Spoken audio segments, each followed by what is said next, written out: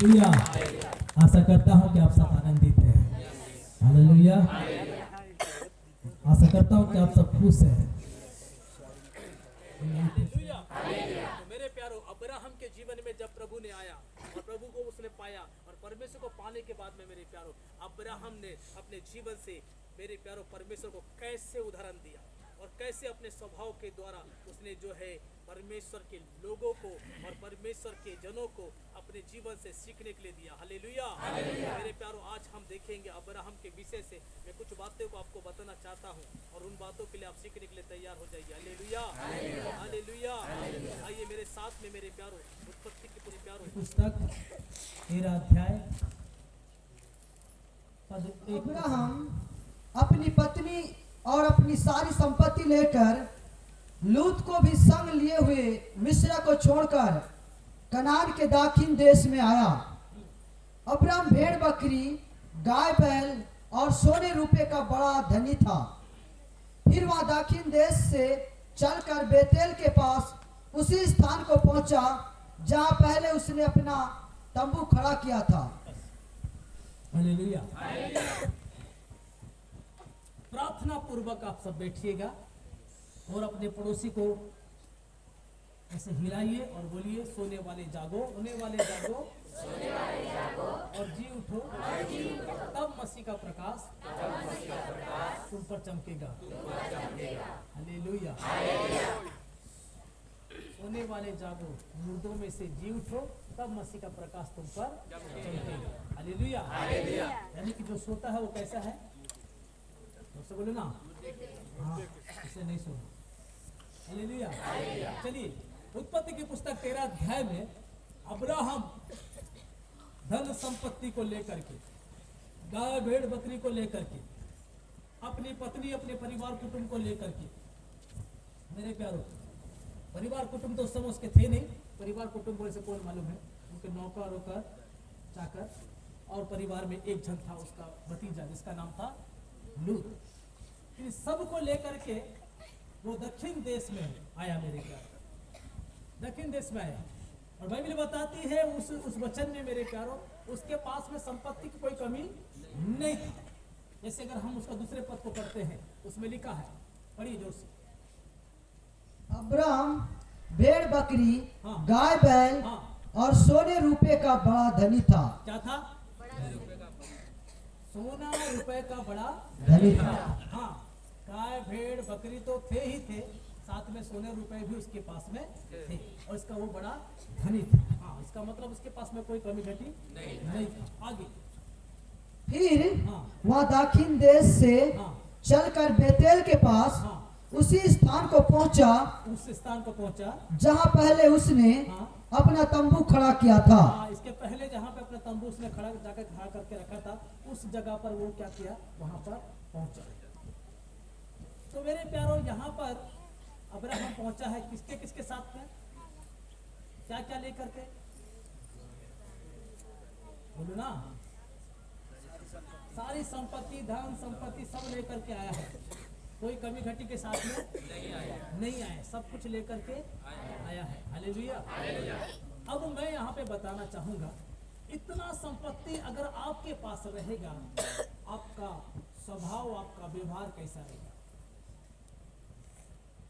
बोलिए, कैसा रहेगा? आपको मालूम है, नीति वचन का लिखने वाला राजा दाऊद का पुत्र सुलेमान, नीति वचन का लिखने वाला राजा दाऊद का बेटा सुलेमान बादशाह क्या लिखता है मालूम है?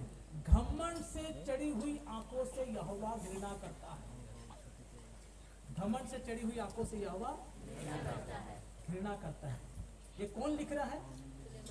सुलेमान, जो खुद बुद्धिमान इतना था और धन संपत्ति उसके पास में इफरात था और सब कुछ गंवाने के बाद में अब लिखता है कि घमंड से चढ़ी हुई आंखों से यहोवा घृणा करता है। इसका मतलब वो अनुभवी व्यक्ति था, उसे घमंड था मेरे प्यारे, उसे धन संपत्ति का घमंड था, बहुत धन संपत्ति उसके पास में था, ऐस आराम की जिंदगी जीता था। इसलिए जब सब कुछ चले गया तो लास्ट में क्या बोलता मालूम है? ये किया वो क्या, सब क्या है? उस समय याद नहीं है ये तो करा था, तो बाद में लिखता है सब व्यर्थ है। हमारी बारी आया तो बोलता है उसकी बारी था तब तो व्यर्थ नहीं था, और हमारी बारी जब आया तो मतलब ये अनुभवी व्यक्ति हमको सिखाने के लिए मेरे प्यारो, इसीलिए बोलते हैं ना दूध का जला हुआ जहाज को भी फूक फूक के पीता है। ये जब फूकने की जब बारी है जहाज का तब दिख रहा है। हालेलुया। तो मेरे प्यारो आपको एक बात बता दूं मैं, वो सुलेमान बादशाह जो है या एक बात कहता है, घमंड से चढ़ी हुई आंखों से यहोवा घृणा करता है। और अतना संपत्ति अब्राहम के पास में था मेरे प्यारो, सब कुछ था, सोना चांदी सब कुछ था, लेकिन इसने घमंड नहीं किया। हालेलुया। उसने अपना व्यवहार नहीं बदला, उसने अपना स्वभाव नहीं बदला, उसने अपना गुण नहीं बदला। हालेलुया। क्यों नहीं बदला मालूम है? क्यों नहीं बदला? उसके साथ में धन नहीं, उसके साथ में मेरा परमेश्वर है। धन आपके पास रहेगा ना, आप नहीं बदलेंगे, परमेश्वर आपके अंदर रहेगा तो बदल जाएगा। हालेलुया। परमेश्वर आपके अंदर रहेगा, आप बदल जाएंगे। धन संपत्ति और ये सब रहेगा ना तो कभी नहीं बदलेंगे। एक बात बता दूं मेरे प्यारो, हमारे जीवन में कितना भी परमेश्वर आशीष क्यों ना दे दे, एक चीज आपको मैं बता दूं, हरदम आप जो है ना नम्र होकर के ही रहेगा, नम्र होकर के। हालेलुया। हालेलुया। आपका व्यवहार कभी नहीं बदलना, ना अपनों के प्रति, ना शत्रु के प्रति, ना पड़ोसी के प्रति, ना परिवार के प्रति। हालेलुया। आपका व्यवहार कभी नहीं बदलना। आपका व्यवहार आपके साथ कोई कैसा क्यों ना कर दे मेरे प्यारो, फिर भी आपका व्यवहार उनके लिए अच्छा ही रखना। पहले अब्राहम जा करके तंबू उस जगह को देखा, देख करके वहां पे तंबू भी गाड़ा, वहां वेदी बना दिया, प्रार्थना करने का जगह बना दिया, सब कुछ करके वहां पे आया। उसके बाद आकर के फिर लेकर के गया, आकर के फिर उसके बाद लेकर के गया।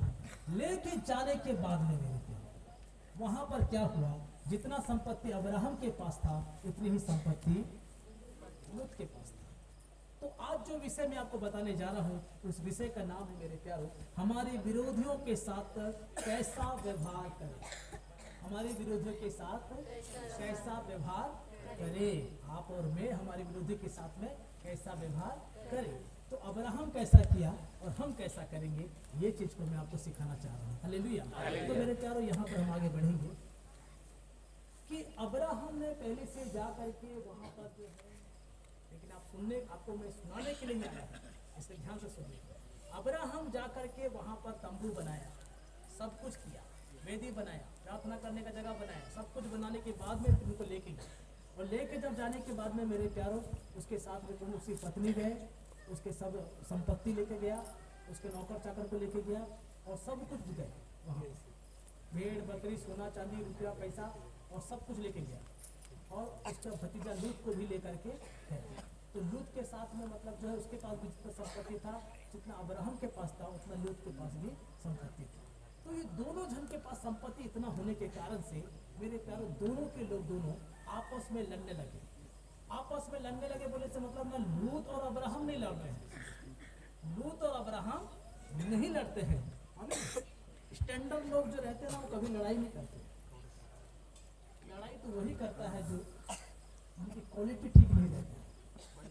लो क्वालिटी वाले, हाई क्वालिटी वाले लोग कभी भी लड़ाई नहीं करते। लड़ाई करने वाला कौन है मन में? लो क्वालिटी वाला। इसीलिए ना आदमी तब लड़ता है जब तक वो पेड़ को फांसी नहीं ले लेगा। नहीं समझे? इसके पहले कौन लड़ता है मालूम है? चलिए पढ़िए, आगे पढ़िए, देखो कौन लड़ाई कर रहा है।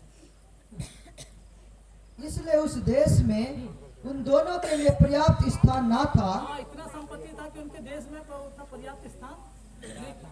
ना था कि वे इकट्ठे रहे, क्योंकि उनके पास हाँ, बहुत धन था। हाँ, बहुत धन था, इसलिए वे इकट्ठे ना रह सके। हाँ, अब्राहम और लूत की हाँ, भेड़ बकरी हाँ, और गाय बैल के चरवाहे हाँ, में झगड़ा हुआ। हाँ, कौन कौन लड़ रहे हैं? चरवाहों में झगड़ा हुआ। कैसे गाय बैल चराने वाले लोग लड़ रहे हैं बताओ? अरे तू अपना भेड़ बकरी चरा, मैं अपना भेड़ बकरी चराऊंगा, इन पर लड़ने की क्या बात है कि नहीं?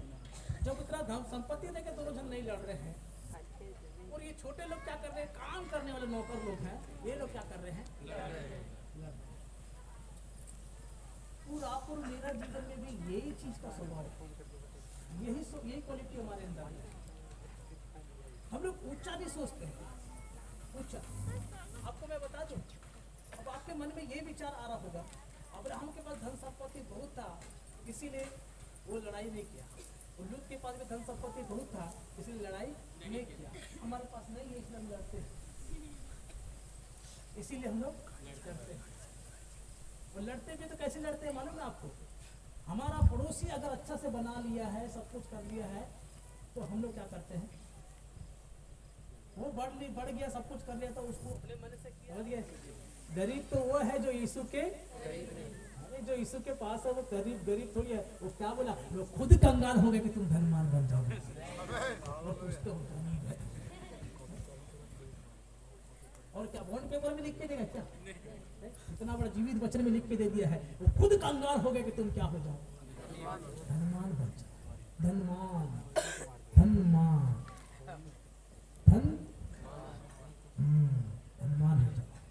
हालेलुया। तो खुद क्या हो गया, कंगाल, और आपको क्या बना दिया। राजा का बच्चा जो है ना, झोपड़ी मोहल्ले में भी आके खेलेगा और गंदा कपड़ा भी पहनेगा तो भी राजा का बेटा नहीं कहलाएगा क्या, बोलो ना। एक राजा का बेटा झोपड़ी घर में रहने वाले बच्चों के साथ बीच में आकर के उन्हीं की जैसा कपड़ा पहन के खेल रहा है, तो राजा का बेटा नहीं कहलाएगा क्या, कि गरीब घर का लड़का ही कहलाएगा, बताओ क्या कहलाएगा, राजा का बेटा कहलाएगा ना। मेरे प्यारो, आपके पास में कुछ रहे या ना रहे, राजा के बच्चे हो जी, हालेलुया हालेलुया हालेलुया। अरे कुछ रहे ना रहे, राजा के बच्चे हो, राजा के समान रहना है, आमीन। तो अब आप लोग का क्वालिटी बदल चुका है। आप पहले कैसे थे, हम लोग लो लेवल में थे, अभी हम लोग इसमें आ गए हैं। तो परमेश्वर का को हम पा चुके हैं, तो परमेश्वर का गुण, उसका स्वभाव, उसका चाल चलन भी हमारे अंदर में आ जाना चाहिए। Hallelujah hallelujah. इसलिए अब्राहम और लूत के बीच में लड़ाई नहीं हो रहा है, लड़ाई किसके बीच में हो रहा है, उनके चरवाहे के बीच में, उनके नौकर के बीच में लड़ाई हो रहा है। और उन लोग का लड़ाई जो है इतना बढ़ गया कि अब क्या हो रहा है,